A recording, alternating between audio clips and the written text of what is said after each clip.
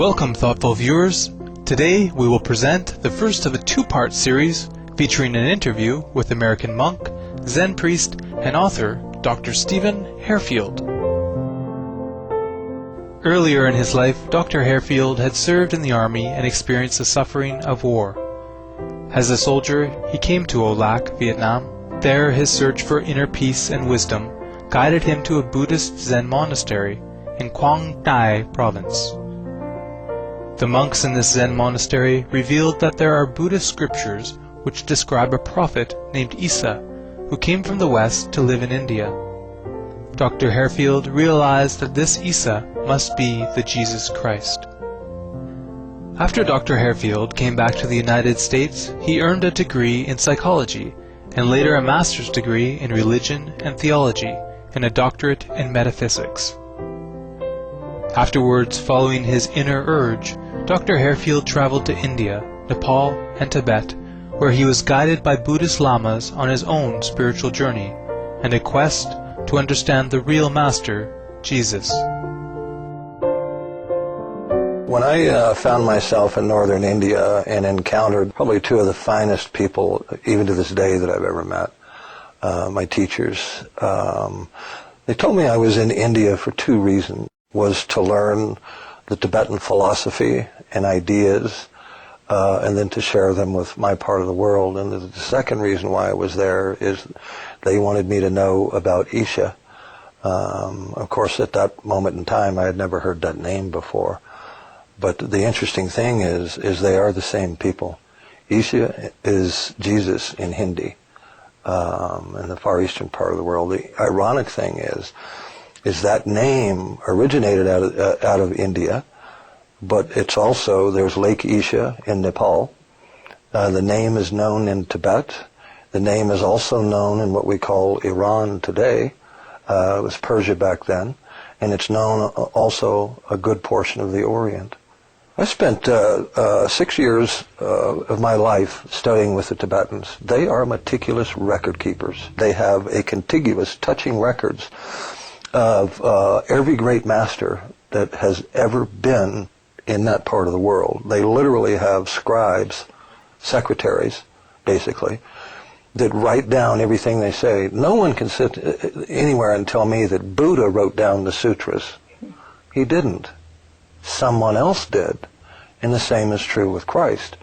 Now, if you were to go into one of the monasteries, I can tell you without hesitation that it is in, and it's the first place I saw them, the documents, is the Hemis Monastery in Ladakh, which is one of the states of northern India. If you were to walk in there and say, I would like to see the scrolls of about Isha, they would look at you and say they don't exist. But if you were to go there and they trust in you and they like you and they understand that you're not there to dispel, they would walk up to you and say, your Isha was here. And what Kaila did, who was my abbot, my lama, is he told the abbot of that monastery why I was there. That I was there to study Isha and what he was doing there, what he was learning, what he was being taught. And the abbot of that monastery scurried off. He brought several scrolls back with him, and Kaila got an interpreter, and the interpreter read the Sanskrit words to me. In 1894, Russian journalist Nicholas Notovich was the first to publish a translation of the Buddhist manuscripts which describe Jesus' life in India in his book, The Unknown Life of Jesus. Another well-known personality who wrote about Jesus living in India was Swami Abhedananda, who was president of the Vedanta Society in New York. Dr. Harefield is only the 18th person and the second American who has ever been allowed to read the precious documents. And that's how I made the connection, because when they said to me, your Jesus was here, this was his name. Now, I was raised as Catholic. I was stunned. My first inclination was, no way. Dr. Harefield found that Jesus studied in India with teachers of the Jain faith as well as with Hindu Brahmins, and later with Buddhist teachers in North India and Nepal. Dr. Harefield, are there biblically recorded statements that can be compared to the Buddha? Oh, totally. There are over 1,000. What you sow, so shall you reap, was something that the Christ was taught, that Buddha also taught. So there's a direct correlation right there. But even when you look at the 7 points of the Sermon on the Mount, all of them echo precisely what the Buddha himself said. But there are so many that predate the Christ that to me verify that he had to be in Buddha's neighborhood, so to speak, to even learn them without hesitation, without question. But yeah. How did you know that Jesus had dwelled in the land of elephants and tigers? It's pretty obvious once my teachers began showing me the documents and what he was studying, and it's interesting too that he wasn't there by himself, by the way. It was Jesus, Mary Magdalene, John the Baptist, and Thomas. And Christianity on the east coast of India, they actually follow Thomas. They're Thomasines, not followers of Christ. They were all four there learning the same information. When we return, we will hear more from Dr. Harefield about Jesus' secret life in India. Please stay tuned to Supreme Master Television.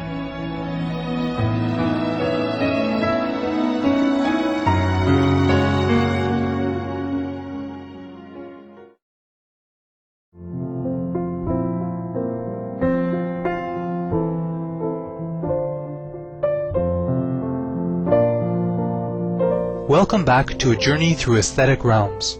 Today with American author and Zen priest Dr. Stephen Harefield about Jesus' life in India. According to Dr. Harefield, the three wise men from the East which are mentioned in the Gospels, the biblical books about Jesus, are actually sages who came in search of a newborn enlightened soul in Palestine. This was similar to the way in which nowadays Buddhist monks search for the incarnations of previous lamas. The reason they showed up, oh, by the way, following a wandering star, we have a star defying the laws of physics. Mm-hmm. No, what they were following was an astrological prediction, a Vedic astrological prediction. Vedic astrology comes out of India. They came from the East. Why?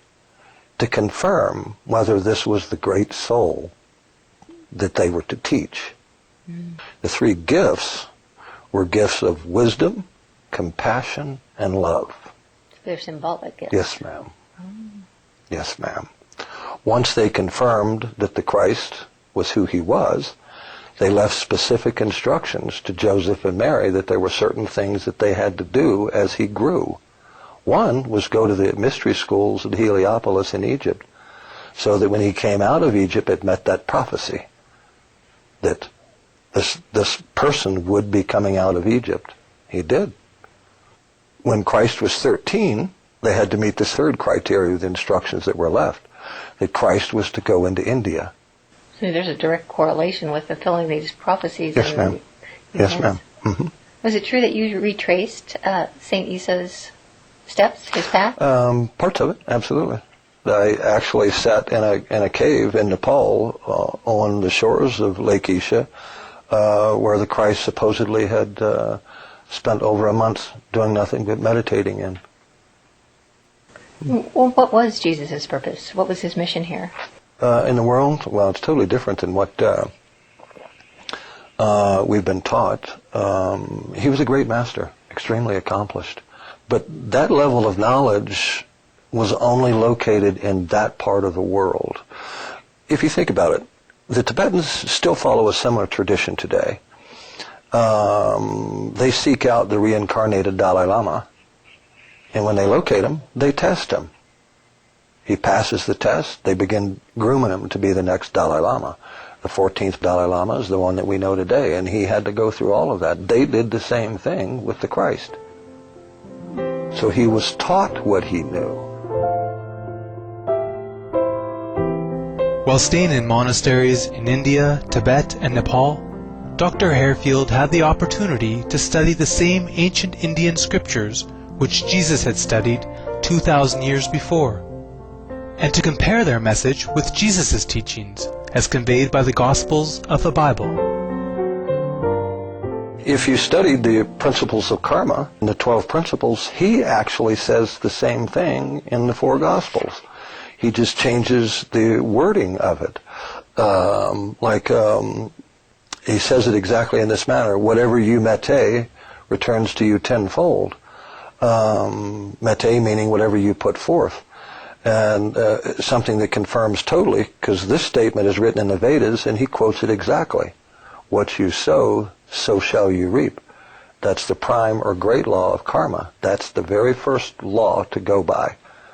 And then he begins to explain the other ones in the, quote, different parabolic phrases that he states, but he goes through literally all 12 of them in the New Testament. You'll find the Vedic text in the 4 Gospels. You'll find the Jain texts. You'll find the Brahmin text, and you'll find the Buddhist text. And I actually sat down with all of those texts, one beside the other, and began mixing and matching and finding the same exact ideas. So I know where he got them. I know where they came from. Absolutely. It's open to anybody if they open their mind. You see, we're taught that we can't do any of this. We're taught that we are not worthy to do it.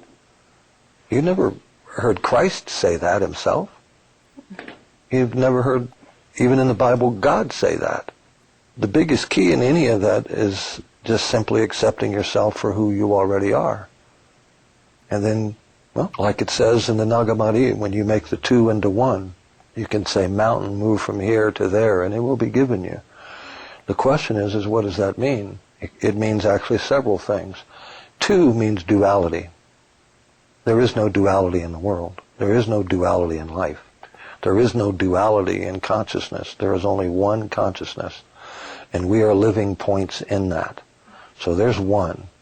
The second is by allowing our souls to have a say in our lives. In other words, we live through our soul, not just our body.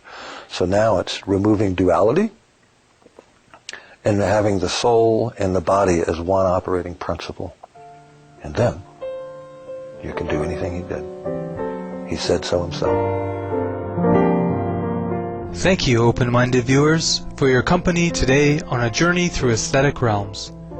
Please join us again next Sunday, September 5th, for the second and final part of our interview, as Dr. Stephen Harefield will reveal more fascinating information about the unknown life of Jesus Christ in India and his teachings. Now please stay tuned to Supreme Master Television for our noble lineage, right after Noteworthy News. May peace be with you. Dr. Harefield's book discussing today's topics, titled A Metaphysical Interpretation of the Bible, is available at www.harefield.com and Amazon.com. For more details, please visit www.suprememastertv.com/AJAR.